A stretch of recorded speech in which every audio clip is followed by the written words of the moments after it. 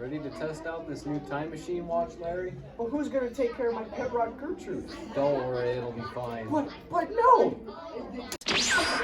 Larry, it looks like we're at Gettysburg. Lincoln must be giving his Gettysburg Address speech. 7 years ago, our fathers brought forth on this continent a new nation conceived in liberty. Oh man, what an elegant speaker he is. It's a continent. You imbecile. Dedicated to the proposition that all men are created equal. Oh, that's the thing my math teacher said. Larry, that's long division. He said proposition.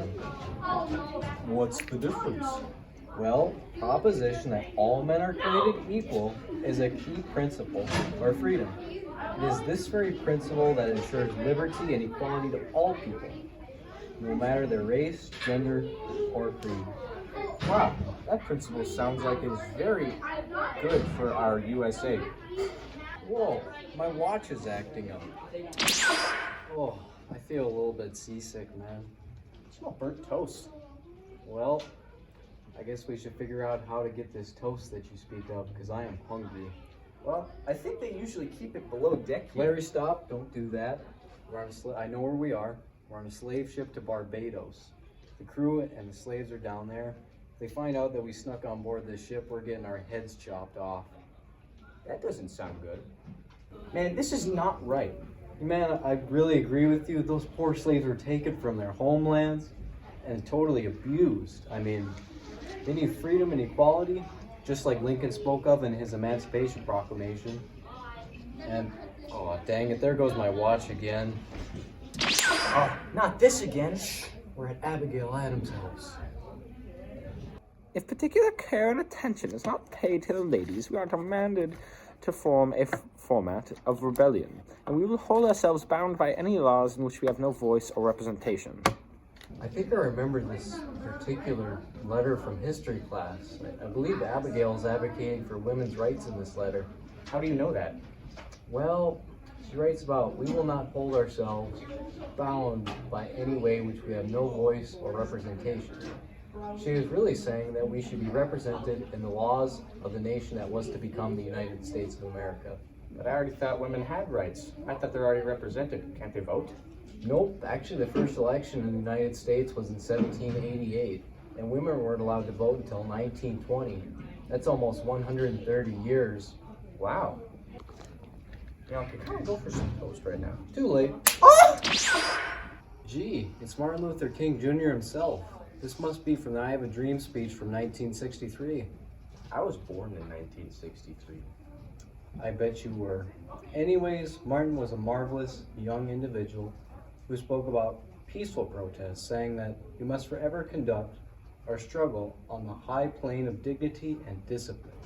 We must not allow our creative protest to degenerate into physical violence. Martin also emphasized equality, stating that all men, yes, black men as well as white men, would be guaranteed the unalienable rights of life, liberty, and the pursuit of happiness. When the architects of our republic wrote in the magnificent words of the Constitution and the Declaration of Independence, they were signing a promissory note to which every American was to fall heir. This note was a promise that all men, yes, black men as well as white men, would be guaranteed the unalienable rights of life, liberty, and the pursuit of happiness. My watch is acting up again. That's crazy. Yo, it's Reagan. After these 4 decades, then, there stands before the entire world one great, inescapable conclusion. Freedom leads to prosperity. Freedom replaces the ancient hatreds among the nations with committee and peace. Freedom is the victor. Oh, such beautiful words to my ears. Freedom is the victor. Freedom is prosperity. Such strong words. Well, I think it's time for us to go home now.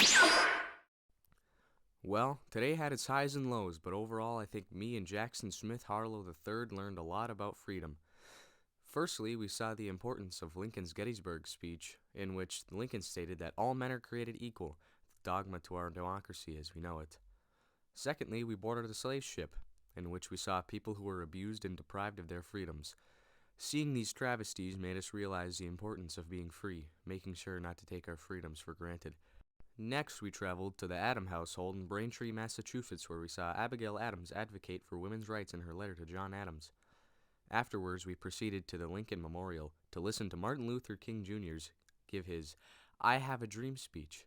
Phrases like, "All men are created equal and we must not allow our creative protests to degenerate into physical violence," reflecting King's values on equality and freedom. Lastly, we traveled back to the 1980s where we listened to President Reagan's "Tear Down This Wall" speech in West Berlin, Germany. Reagan specifically mentioned freedom and its importance in our society by saying, "Freedom leads to prosperity. Freedom replaces the ancient hatreds among the nations with comity and peace. Freedom is the victor." To conclude, we learned about how the desires of Lincoln, slaves, Abigail Adams, Martin Luther King Jr., and Reagan shaped our nation. Signed, Larry.